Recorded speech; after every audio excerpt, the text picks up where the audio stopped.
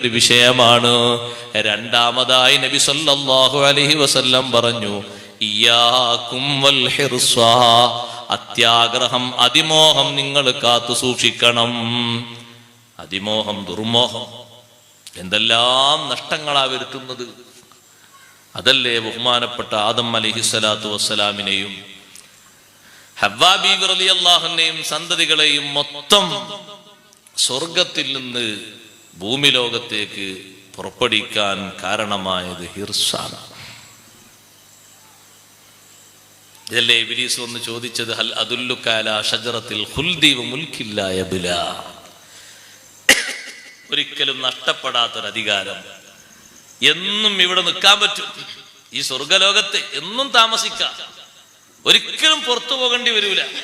അങ്ങനത്തെ ഒരു മരം കാണിച്ചിരട്ടെ.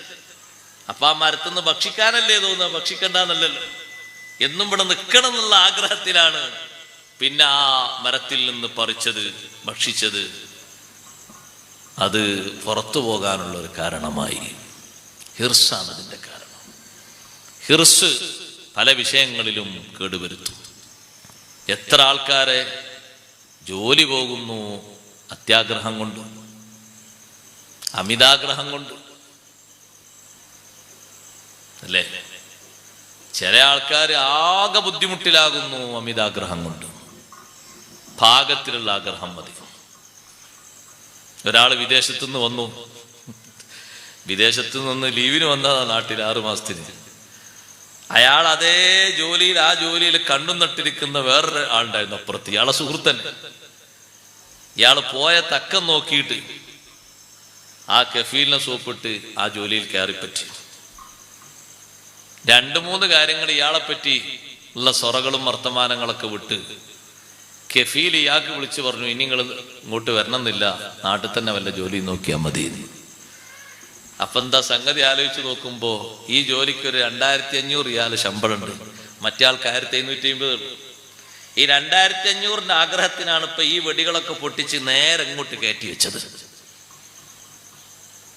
പക്ഷെ ഈ പാവപ്പെട്ട മനുഷ്യൻ മനം നൊന്ത്, അള്ളാഹുവേ എൻ്റെ കുടുംബത്തെ വഴിയാധാരമാക്കിയിട്ട് എന്നെ ഈ മുസീബത്തിൽ എത്തിച്ച ആൾക്ക് നീ കൊടുക്കേണ്ടത് കൊടുക്കണേ എന്ന് ഇയാൾ പറയാനാണ് പറഞ്ഞു പോവുകയും ചെയ്തു.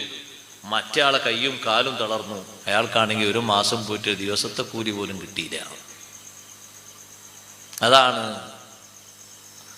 ദുർമോഹം, ആപത്ത് എന്ന് പറഞ്ഞത്, അലച്ച ആപത്താണ് എന്ന് പറഞ്ഞത്. ഹിർസ് വേണ്ട. ഹിർസ് ഉണ്ടാകേണ്ടത്, പ്രധാനമായും ഉണ്ടാകേണ്ടത് തഅല്ലുമിൽ ഇൽമിൽ, ഇൽമു പഠിക്കുക, അതനുസരിച്ച് അമല് ചെയ്യുക, അത് ജനങ്ങൾക്ക് ഉപകാരപ്പെടുത്തുന്ന രീതിയിൽ അത് വർദ്ധിപ്പിക്കുക, ആളുകൾക്ക് വിതരണം ചെയ്യുക. അതിൽ ഹിർസ് നല്ലതാണ്. സമ്പത്തിൽ ഹിർസ് നല്ലതാണ്. ഹക്കായ വഴിയിൽ ചെലവഴിക്കുക എന്നുള്ള ലക്ഷ്യത്തിൽ നല്ല രൂപത്തിലും പാപത്തിലും. ഇങ്ങനെ ആകരുത്. ഹിർസില് അമിതാവേശത്തിൽ കുടുങ്ങിയിട്ട് കണ്ടില്ലേ പല ആൾക്കാരും. എത്രയുടെ കടക്കാരാണ്? കോടിന്റെ കണക്കാരാണ്. മുമ്പൊക്കെ ലക്ഷത്തിന്റെ കടക്കാരെന്ന് പറഞ്ഞു, ഇപ്പൊ കോടിന്റെ കണക്കാരാണ്.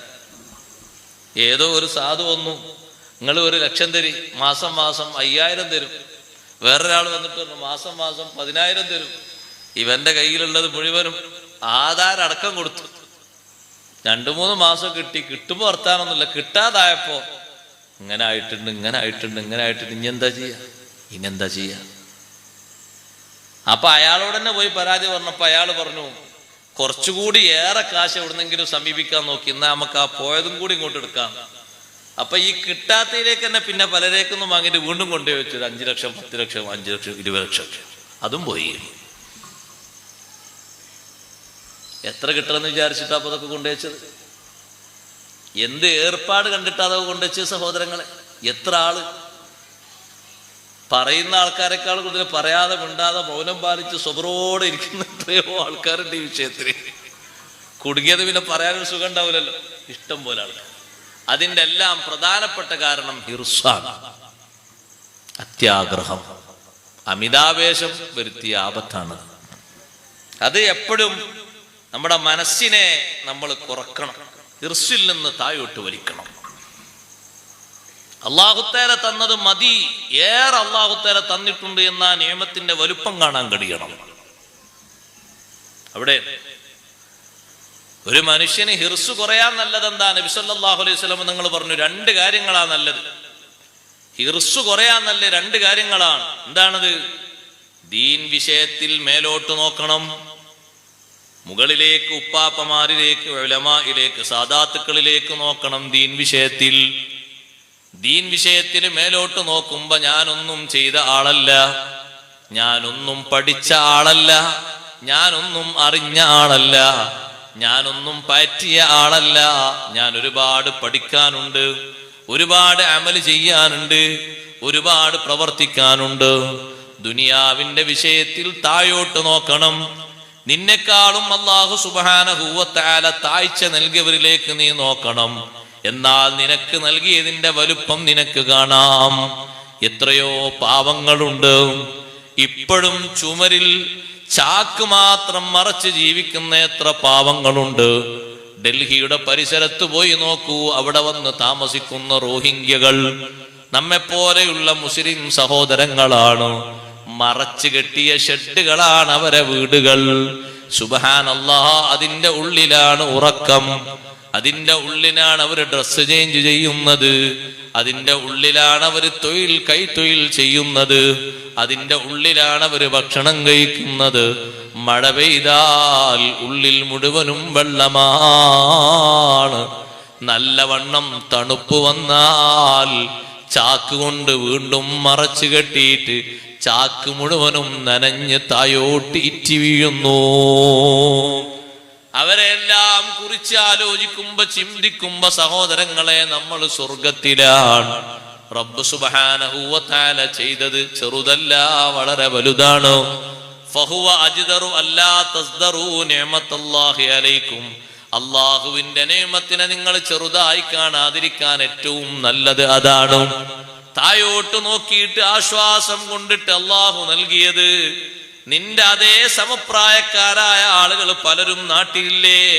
എന്തെല്ലാം സൗകര്യങ്ങൾ, സംവിധാനങ്ങൾ അല്ലാഹു നിനക്ക് വെച്ചു തന്നു, ഏതെല്ലാം രൂപഭാവങ്ങൾ അല്ലാഹു നിനക്ക് ഒരുക്കി തന്നു.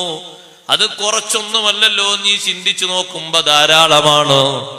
അല്ലാഹു ഓശാരമായി തന്നതല്ലേ ഇതൊക്കെ.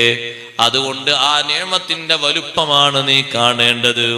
ഹിർസ് മനുഷ്യനെ കേടുവരുത്തി കളയും, ദുരന്ത ഭൂമിയിലേക്ക് നയിച്ചു കളയും. അത്യാഗ്രഹം പലപ്പോഴും മനുഷ്യനെ കേടുവരുത്തും. അതിന്റെ കഥകൾ ധാരാളം കേട്ടുവരുന്നുണ്ട്. കഴിവിന്റെ പരമാവധി ശ്രദ്ധിക്കണം, മനസ്സിനെ കഴിവിന്റെ പരമാവധി നിയന്ത്രിക്കണം.